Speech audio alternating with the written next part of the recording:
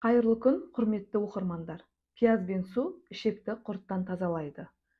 Қалай және қашан қолдану керектігін толық білу үшін осы видеоны соңына дейін қараңыз.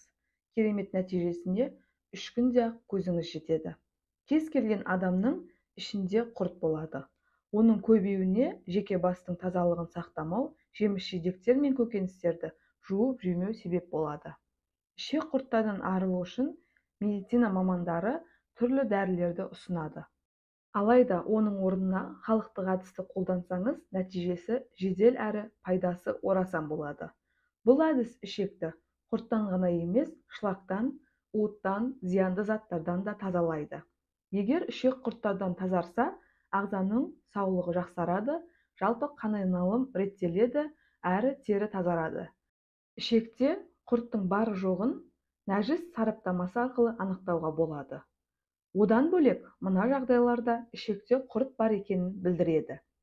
Іштің жиі қатуы немесе өтуі, ішектің желденіп кебуі, құсу, лоқсу, бас ауруы, ұйқысыздық, жиі шаршау, себепсіз жөтелу, анал тесігінің қышуы, салмақ жоғалту, аллергиялық қышыма, түнде тісті қайрау. Ішекті құрттан құтқару үшін алдымен ағзаны шлактан тазалау керек. Ол үшін 1 апта бойы тәулігіне 3 рет асқабақ майын ішесіз. Емді тамақтан жарты сағат алдын жүргізу керек. Осыдан соң емді бастасаңыз болады. Емнің тез әрі нәтижелі болуы үшін тамақтану мәзіріне де мұқият болғаныңыз абзал. Айталық, сүттен дайындалған ботқа, сүт өнімдері, балғын шырын, қақталған майлы және тәтті тағамдарды уақытша ұмытасыз. Есесіне таза ауада серуендеп, суды көбірек ішіңіз. Мейлінше балғын көкөністерді жеңіз. Ағзаны дәрумендер мен минералдармен байытқаныңыз жөн. Ендеше үй жағдайында мына әдіспен ішек құрттан құтылыңыз. Грек жаңғағы. Бірнеше грек жаңғағының ішкі қабығын ұнтақтайсыз. Оның 2 ас қасығын 1 стакан қайнаған суға салып, бетін жауып қоясыз.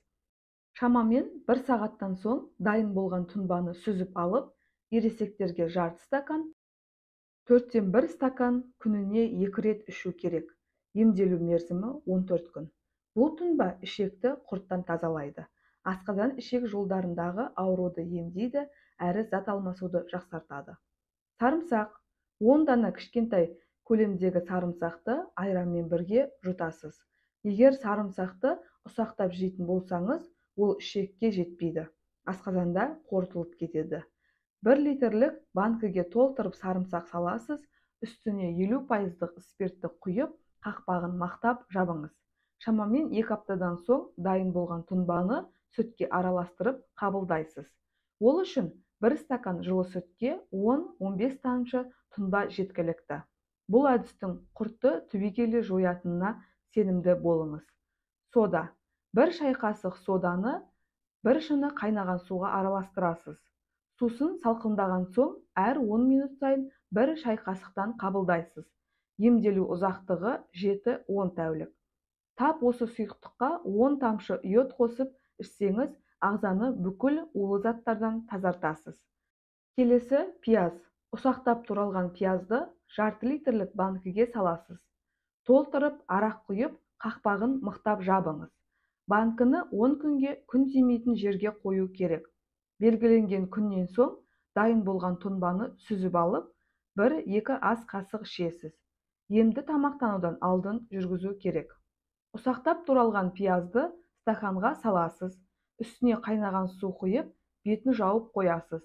Таңертең дайын болған тұнбаны сүзіп алып, жарты стаканнан 2 рет ішесіз. Емді 3-4 күн жүргізу керек.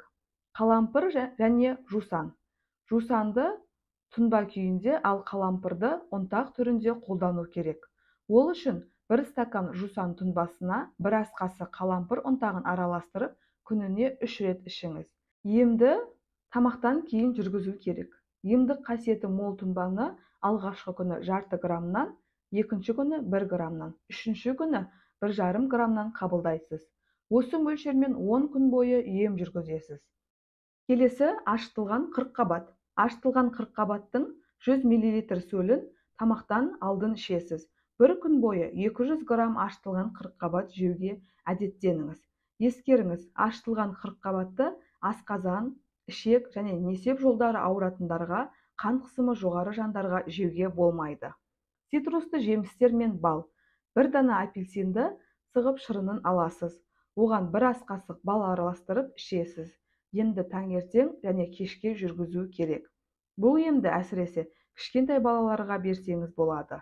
Ал асқазанында гастрит болса, немесе қышқыл көбейген болса, онда бұл шырынды ішуге болмайды.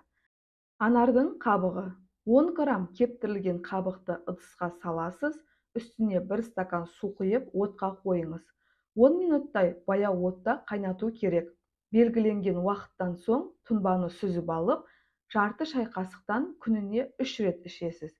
Емді тамақтанудан алдын жүргізу керек. Ескерту: халық емін қабылданбас бұрын міндетті түрде дәрігермен кеңесіп алыңыз. Материал түрі дереккөздерден алынды. Керек кеңес қажетіңізге жарасын.